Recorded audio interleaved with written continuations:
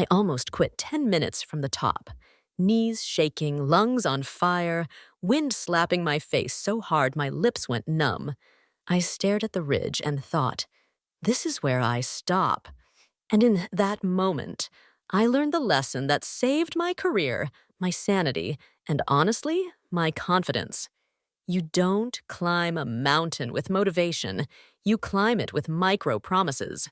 I'm Sarah, and if you're 25 to 40 juggling a job that demands everything, bills that don't care, and a voice in your head asking, am I behind?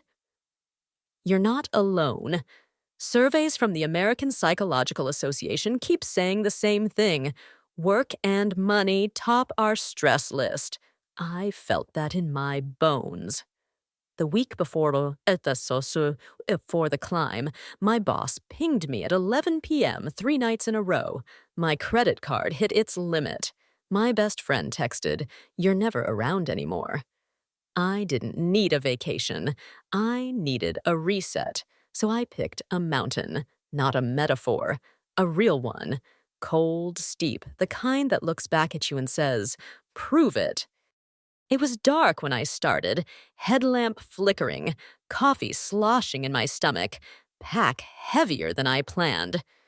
The trail cut into the earth like a scar. The first hour felt fine, then altitude, heart thudding, breath hitching, quads whining with every switchback. I could smell pine sap and the metal bite of cold air. A guy jogging downhill in shorts, and a grin passed me, and my brain whispered, "See? You're not built for this." That voice got louder with every step. At 12,000 feet, the wind came at me sideways. Pebbles stung my shins.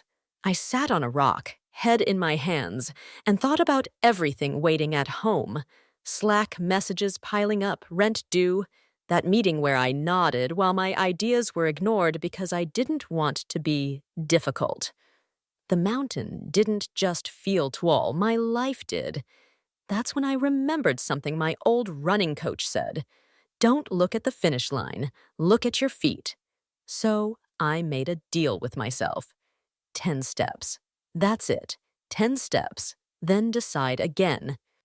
I counted out loud because the wind couldn't drown out numbers. 1, 2, 3. At 10, I wanted to stop. I didn't. 10 more. Then 10 more. That tiny promise shrank the mountain.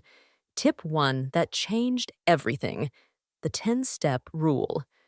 When your brain screams, "It's too much," make it laughably small. 10 steps on a trail. 10 minutes on a task. 1 email if 10 feels big. Micro promises build momentum. Motivation follows motion. A woman about my mom's age caught up to me and smiled. "Don't stare at the summit," she said, tapping my trekking pole. "Pick a line in the ice and own it." She moved like rhythm, not strength. I followed her advice. I picked the next pale blue zigzag in the snow and owned it. 1 foot, then the next. The summit wasn't the goal anymore. The next line was, Tip 2, shrink your horizon. At work, I stopped trying to fix my career in a week. I started fixing my morning. I laid out my laptop, a glass of water, and a sticky note that said, 20 minutes deep work before email. 1 line. Own it. I applied for 1 job a day, not 20 on Sunday when I was burnt. 1 line. Own it. Halfway up, I reached into my pocket and felt a rock I'd stuffed in at the trailhead. I had picked it up thinking, carry your burden, prove you're tough. But my hands were numb, and honestly, I was tired of carrying what didn't help. I set the rock on a cairn and whispered, I'm done hauling what I can't control. The wind didn't care, but I did. It felt like handing back a weight I'd borrowed and never needed. Tip 3. The control stack. 2 columns on paper. Column A, I control it. Column B, I don't. I put how I respond to Slack after 7 p.m., my sleep, my applications, how I prep for meetings in A. I put the economy, my manager's mood, the past in B. I stopped lifting B. In practice, that meant turning off notifications at 7:30, using focus mode in the morning, and prepping a one-sentence point for every meeting. The key result is X. I got louder without shouting. The last push to the summit was a knife edge. I could taste the metal on my tongue from cold air, feel my heartbeat in my thumbs. Panic nipped at me. So I did 3-3-6 breathing. In for 3, hold for 3, out for 6. My shoulders dropped. My feet found the rock. My brain shifted from danger to drive. Breath is a steering wheel. Tip 4. Regulate before you negotiate. Your body sets your brain's tone. Use 3-3-6 breathing before the tough call, the presentation, the conversation about boundaries. 1 minute can buy you an hour of clarity. I didn't sprint to the top.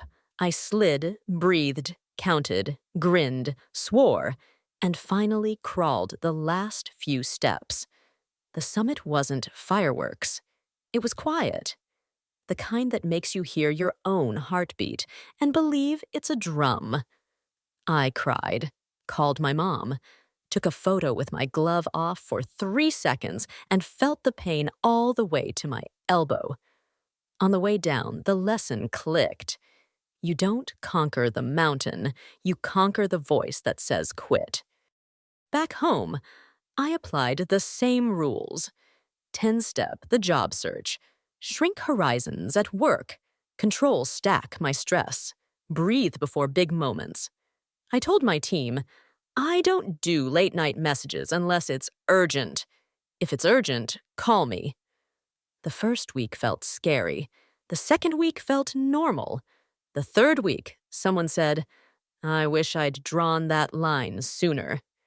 I didn't get a new life overnight, but I got a better one step by step.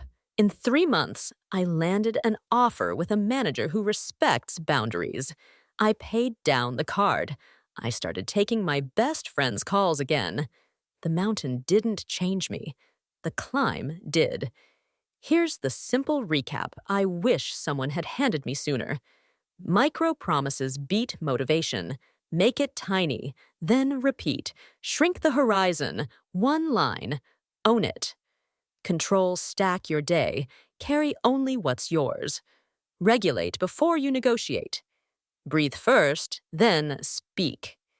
If you want to go deeper, I put my favorite tools in the description. My simple habit tracker, the breath timer I use, and a link to Atomic Habits. Stack small wins. Build systems that work even when you don't feel like working. This is the motivational story and life lesson I keep returning to when things get loud. The summit isn't where you change. The switchbacks are. Sarah, how do I start if I'm already drowning? Start with 10 steps on a walk after dinner, 10 minutes before email, 10 breaths before you answer the ping. You don't need a new mountain. You need a new promise to yourself. Shareable truths. I'm taking with me. You don't conquer the mountain. You conquer the voice that says, quit. Small wins stacked daily move mountains. Discipline is louder than doubt. If this hit you in the gut, tap like, subscribe for more, and drop a comment. What's the mountain you're climbing this month? And what's your first 10? Let's level up together, one switchback at a time.